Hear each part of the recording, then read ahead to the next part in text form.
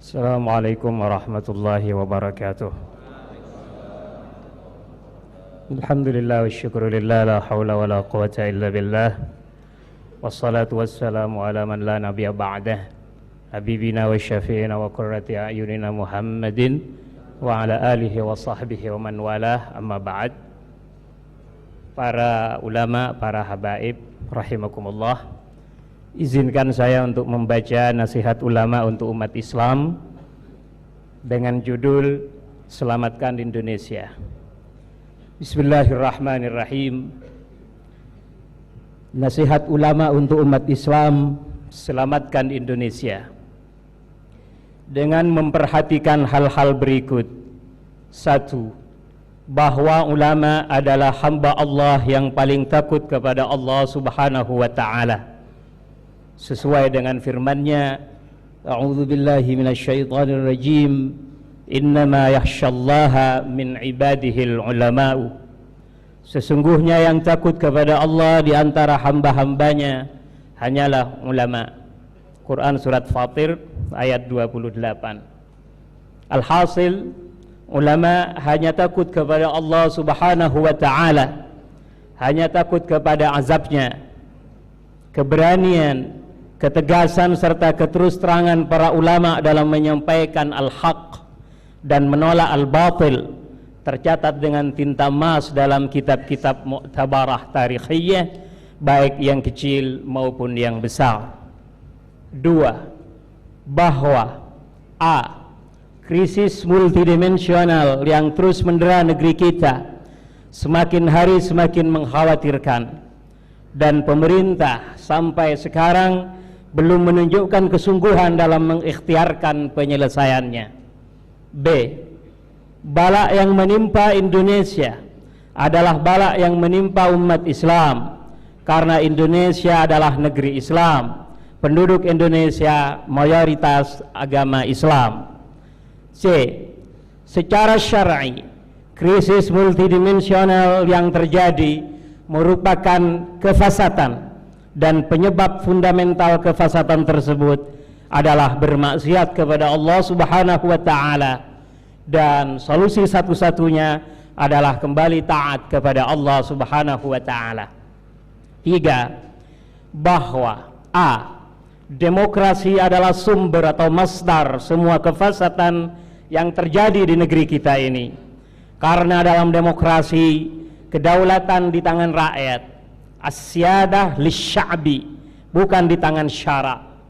Alhasil, demokrasi identik dengan penerapan hukum selain hukum Allah Subhanahu wa ta'ala, penerapan hukum kufur, dan penerapan hukum kufur adalah perbuatan maksiat yang besar, bahkan sebesar-besarnya maksiat.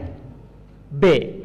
Mempertahankan demokrasi dan semua pernak-perniknya, menjaga keberlangsungan serta eksistensinya, sama artinya dengan mempertahankan kefasatan, mempertahankan kemaksiatan kepada Allah Subhanahu wa ta'ala, mempertahankan yang diharamkan Allah, mempertahankan krisis multidimensional yang terjadi di Indonesia.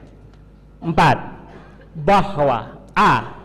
Allah Subhanahu wa ta'ala mewajibkan kita untuk mengangkat khalifah sebagai ulil amr bagi seluruh umat Islam, untuk didengar dan ditaati, untuk menerapkan hukum Allah di dalam kehidupan bernegara dan bermasyarakat. Dan penerapan hukum Allah tidak akan bisa sempurna kecuali dengan khilafah Islamiyah. B. Hukum mengangkat khalifah adalah fardhu kifayah. Artinya, usaha pengangkatan khalifah itu bisa dilakukan oleh sebagian kalangan kaum muslimin, tidak harus oleh seluruh umat Islam.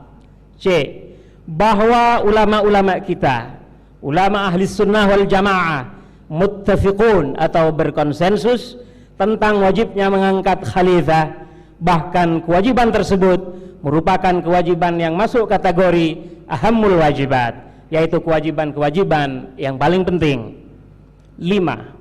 Bahwa sebentar lagi negeri kita ini akan melaksanakan perhelatan nasional, pemilu, pileg maupun pilpres, dan opini umum di tengah masyarakat, pemilu masih identik dengan harapan terjadi perubahan, perubahan dari buruk menjadi baik, dari yang kurang baik menjadi lebih baik, dari yang zalim menuju adil, dan seterusnya. Maka kami para ulama, kiai, pengasuh pondok pesantren, hamba-hamba Allah yang dhaif, dengan segala kerendahan hati dan penuh keikhlasan mengajak seluruh elemen umat Islam, khususnya ulama, tokoh-tokoh ormas, parpol, tokoh-tokoh masyarakat, dan para politisi untuk satu, segera meninggalkan demokrasi dengan semua pernak-perniknya, meninggalkan sistem yang zalim, sistem yang membuka pintu lebar-lebar hegemoni, dominasi, bahkan penjajahan asing kafir. Penyebab utama terjadinya krisis multidimensional, sistem yang menghalalkan yang diharamkan Allah, sistem yang mengharamkan yang dihalalkan Allah, sistem kufur yang diharamkan oleh syara. Dua, bersama-sama, bahu-membahu, saling menopang, saling mengisi dan saling melengkapi dalam menunaikan kewajiban syar'i kita untuk menegakkan khilafah Islamiyah.